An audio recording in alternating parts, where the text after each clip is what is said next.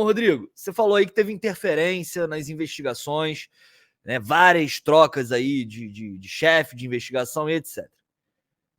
Todo mundo aqui, quando a gente comenta de Marielle, a primeira coisa que fala é que o Bolsonaro tá com o cu na mão, que a família dele, tá todo mundo morrendo de medo do que o Adriano pode soltar. Porque as relações e as ligações do Lessa, desculpa, isso. Porque as ligações do Bolsonaro com a milícia são históricas e há décadas todo mundo sabe. Aqui do Rio de Janeiro todo mundo já sabia e no Brasil todo mundo passou a saber quando ele virou presidente. Fala pra gente qual é a relação do Bolsonaro com o caso Marielle e o que ele efetivamente fez para atrapalhar as investigações. Não vamos falar de teorias. Eu tenho as minhas, você tem as suas. A gente está aqui para falar de fatos. Quais são os fatos das ligações de Bolsonaro com o caso da Marielle? Então,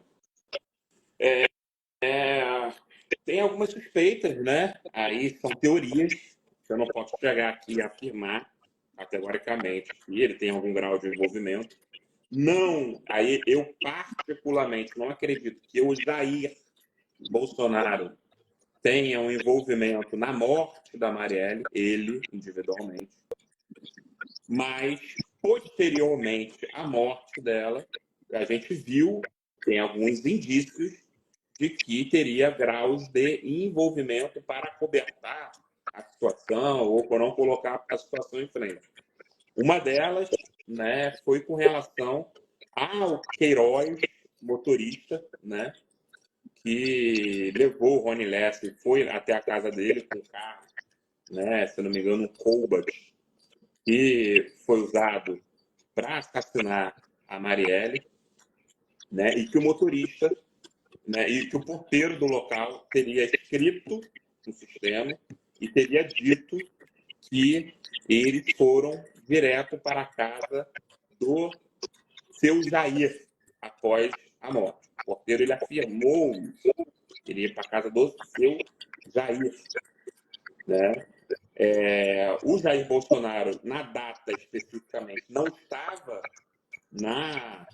em sua residência, na Barra da Tijuca, ele estava em Brasília, ele ainda era deputado federal, mas sua casa funcionava como um QG de campanha dele.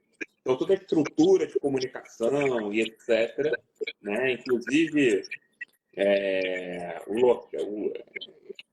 os cenários que ele criava para falar que é um cara popular, blá, blá, blá, blá, blá, que era, fazia em cima de uma prancha de surf, um pedaço de madeira tosco, aquelas coisas. O cara mora numa casa avaliada em 7 milhões de reais, mas vive comendo pão com leite condensado. Isso é a babaquice dele, quem sabia que... Eu era vizinho do Vivendas da Barra dele, que eu morava ali na Afonso Arinos. E, cara, pra quem não conhece, o Vivendas, ele é de frente pra praia e só tem casa de milionário.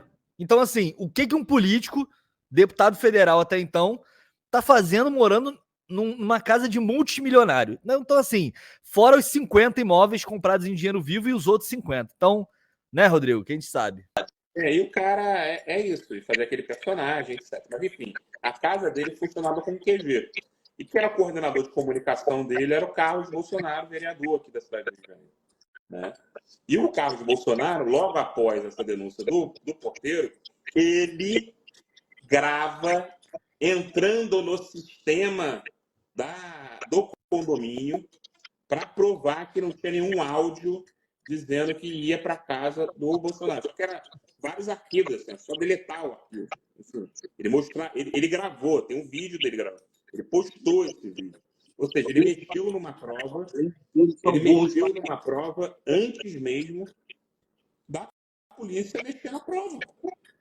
Então, no mínimo aí, se pensar da forma mais branda possível, se o caso fosse investigado da forma correta, poderia mexer ali como fraude processual. O cara meteu a mão numa prova do crime, que era, antes da polícia chegar, depois de ter a denúncia desse porteiro, que ninguém sabe onde está, ninguém mais soube da existência desse porteiro, ninguém sabe onde é que esse porteiro está depois disso, né?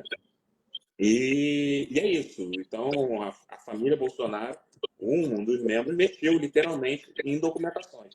Depois, né, o Witzel, que era desafeto do Bolsonaro, eu me processou 3 vezes, porque eu chamei ele de carcineiro. Aí ele me processou 3 vezes e perdeu as 3. Né? Me chamou de carcineiro e tal. Mas o Witzel, com relação à Polícia Civil especificamente, a Polícia Civil tinha uma autonomia bastante razoável. A equipe da Delegacia de Homicídios da capital, que era o Daniel Rosa, né?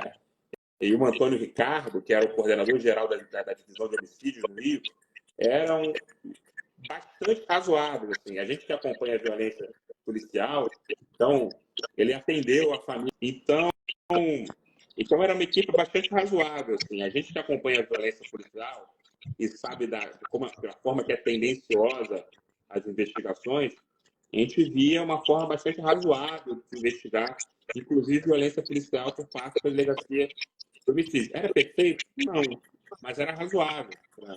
Nessa mesma época, a própria Polícia Civil do Rio apurou que foi um policial que atirou e matou a menina Agatha Félix dentro da Kombi em 2019. Né? Foi exatamente nessa mesma época que estava para entrar o Witzel, né? Que o Witzel já tinha entrado em 2019 e antes do Cláudio Castro assumir.